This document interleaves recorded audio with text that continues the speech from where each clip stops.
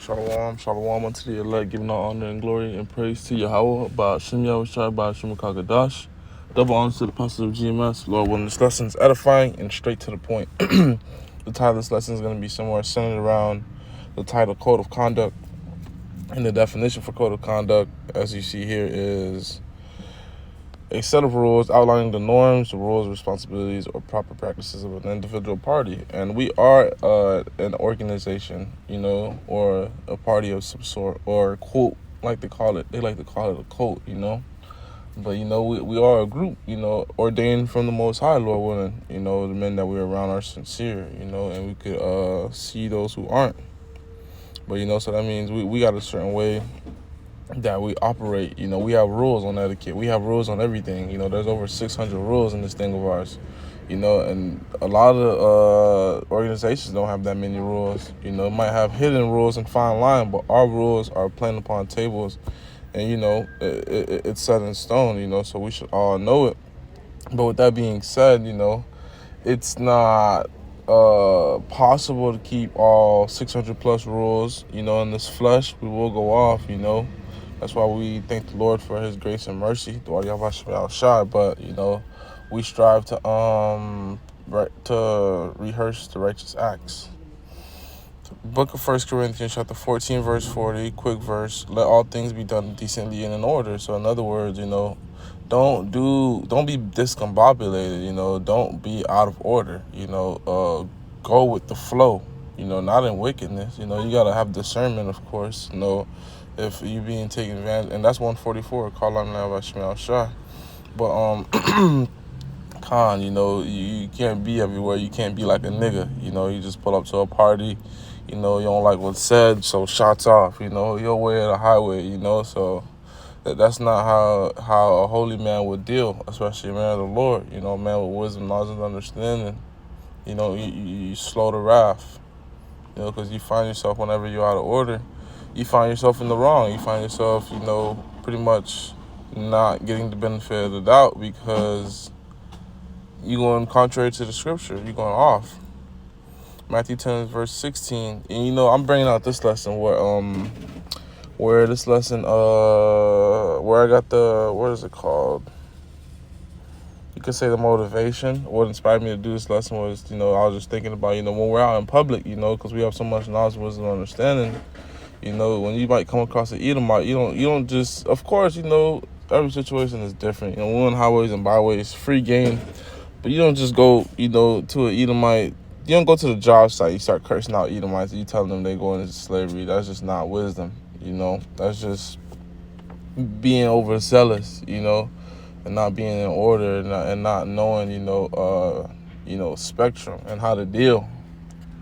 But but we'll get into this. But yeah, that was the motivation of this lesson. Matthew 10:16, behold, I send you forth as sheep in the midst of wolves. In other words, we around a whole bunch of demons. We around a whole bunch of organisms that want to devour us apart. Be ye therefore wise as serpents and harmless as doves. So in other words, we have to be wise. We got to be slow to wrath. We know we're not tough men. Of course, if especially if the Lord dealing with us, it's nothing to handle something carnally, but to be carnal is death. So therefore, we rather think before we act. Think twice before you act. Think twice before we speak. Harmless as doves, but wise as a serpent. A serpent is very wise, very cunning. And a dove is pretty harmless, right? So if the Lord turn you up, then that be it. Your enemy won't know.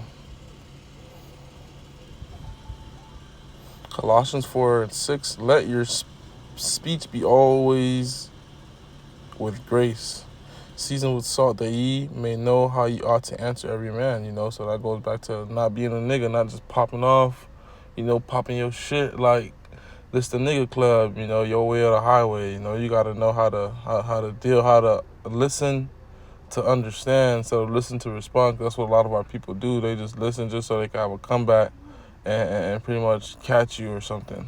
Trying to catch you in your words, trying to flip what you're saying, or what you're doing. Ecclesiastes 7:16, be not over righteous much, Neither make thyself overwise. Why shouldest thou destroy thyself? Because you'll destroy yourself in this body, man. You can only take so much. We all have a portion, of course, but that goes back to decently and in order. You gotta have an order to this thing. You can't just be a crash dummy. You just a walking, what they call that thing, a megaphone. You don't want to be annoyance, a headache. Because this thing is a very special thing. It doesn't go out of season. The men of the Lord are on a watchtower, right? And they're blowing their trumpets 24/7, day and night. But at the same time, that same trumpet isn't blowing 24/7. In other words, I'm trying to say there's different trumpets in the band, So you don't want to just be rambling, and just be trying to seem like a wise guy, like you the wisest. You want to hold your peace at times. You got to hold your peace at times.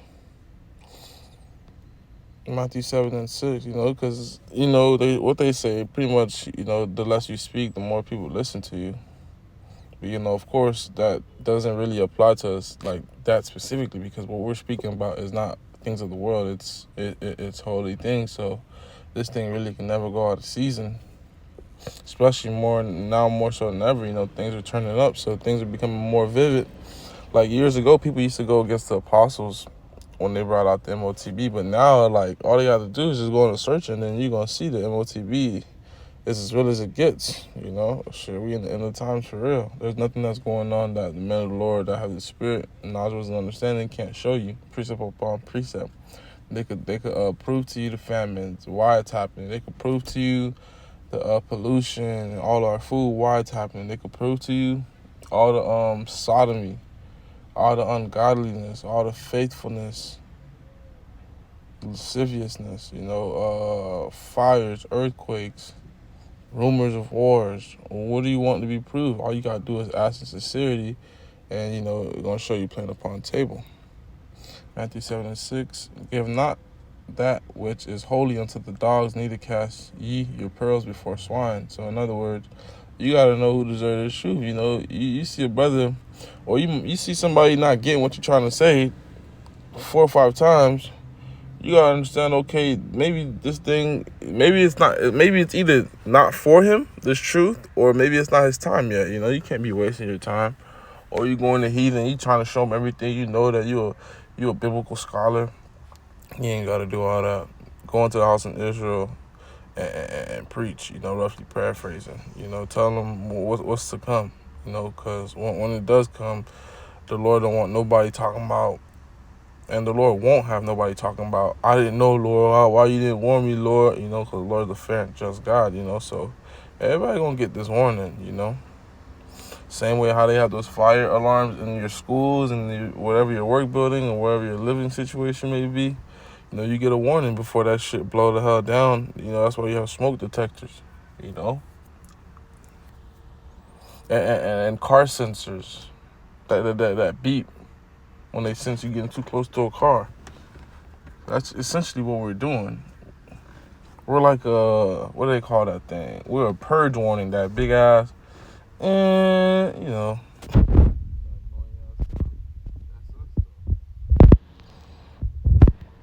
that's why I call it a song. To the world, it's an annoying thing. It's an alarm, but to the elect, it's a song. We can vibe to that song. That's our comfort. To know the no.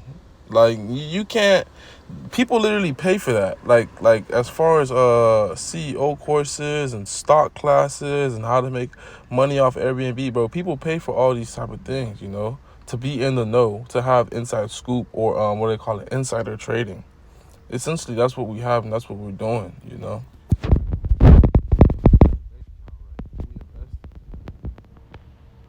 Give not that, because it was times to come. That's why people try to make money now, because they want to be stable in these times. They're trying to have some sort of defense and bread and butter.